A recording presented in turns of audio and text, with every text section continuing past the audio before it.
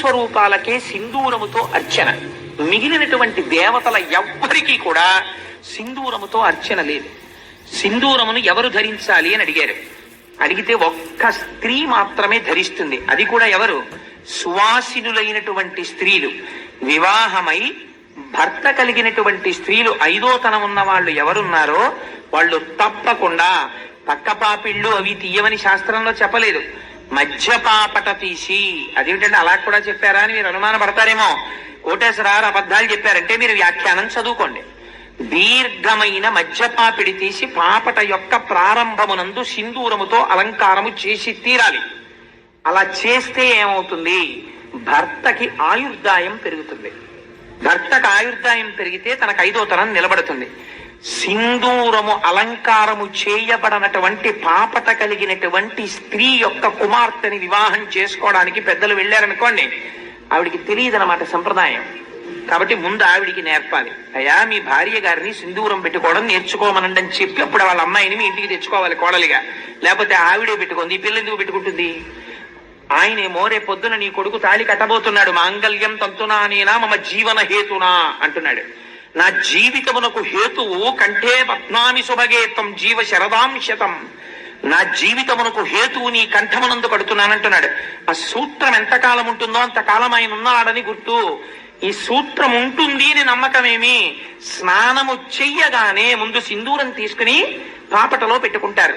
కాబట్టి ఎవరి యందు సింధూరము అలంకారము? స్త్రీ, సువాసిని స్త్రీ యందు పాపట యందు అలంకారం. దేవతా స్వరూపాల్లో మీకు ఇంకా ఏ దేవతకి కూడా సింధూరార్చన లేదు. ఇద్దరికే చేస్తారు సింధూరంతో అలంకారం. ఎవరికో తెలుసా అండి? మొట్టమొదటి వారు గణపతి, ఆయనకి చేస్తారు. అందుకే ప్రాతస్మరామి గణనాథ మనాథ బంధుం సింధూర పూర పరిశోభిత గండ యుగ్మం బుద్దండ విఘ్న పరికండ నచండ దండ ఆఖండలాది సురనాయక బృందవంద్యం అని పిలుస్తారు ఆయన్ని. సింధూరం తీసుకెళ్లి అసలు వినాయక చవితి నాడు సింధూరార్చన చెయ్యకుండా విఘ్నేశ్వర పూజ చేయడం భ్రష్టత్వం. అలా చేయకూడదు. తప్పకుండా సింధూరం దగ్గర పెట్టుకుని గణపతి యొక్క గండస్థలమునకు రాయాలి. రాస్తే ఆయన పరమ ప్రసన్నుడవుతాడు. 2వ వారు ఎవరో తెలుసా అండి? హనుమ. హనుమైతే ఎంత సింధూరం రాసుకుంటారో తెలుసా? ఒంటికి తైలం రాసుకుని తైలం మీద సింధూరం రాసేసుకుంటాడు. ఎందుకు ఆయనకి అంత ఇష్టం సింధూరం అని అడిగారు. ఆయనకి ఇష్టం కాదుట. ఒకనాడు సీతమ్మ తల్లి స్నానం చేసి పాపట సింధూరం పెట్టుకుంటోంది.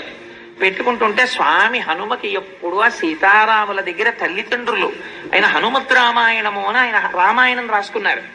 మనకి వాల్మీకి రామాయణంలో వానరోహం మహాభాగే రాము అని ఏంటి ఆ ఉంగరం తీసుకొచ్చానమ్మా అన్నటువంటి శ్లోకం ఉంటుంది. వానరోహం మహాభాగే దూతో రామస్య ధీమతః రామనామాంకితం చేదం పశ్యదే వ్యంగుళీయకం ప్రత్యయార్థం తమానీతం తేన దత్తం మహాత్మన సమాస్విషి భద్రం తే క్షీణ దుఃఖ పలాహ్యసి అని ఉంగరం ఇస్తారు.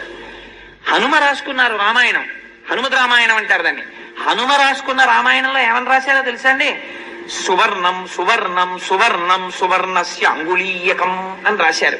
3 మాటలు ఇది బంగారము బంగారము బంగారము అని చెప్పి నేను అమ్మకిచ్చానని రాసుకున్నారు. అలా ఎందుకు చెప్పాను అన్నదానికి వ్యాఖ్యానం చేశారు తర్వాత పెద్దలు. ఎందుకు అలా 3 మాటలు బంగారము బంగారము బంగారం అన్నారు హనుమ అన్నదానికి. సరే, అందుచేత హనుమద్ రామాయణంలో ఒక మాట రాశారు. సీతమ్మ తల్లిని మొట్టమొదటిసారి నేను దర్శనము చేసినప్పుడు అమ్మ నన్ను చూసినప్పుడు ఆ చూపు ఎట్లా ఉందో తెలుసా?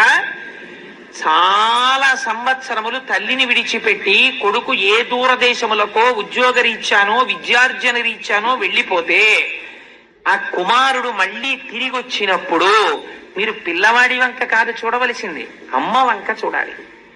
అమ్మ ఆ కొడుకు వంక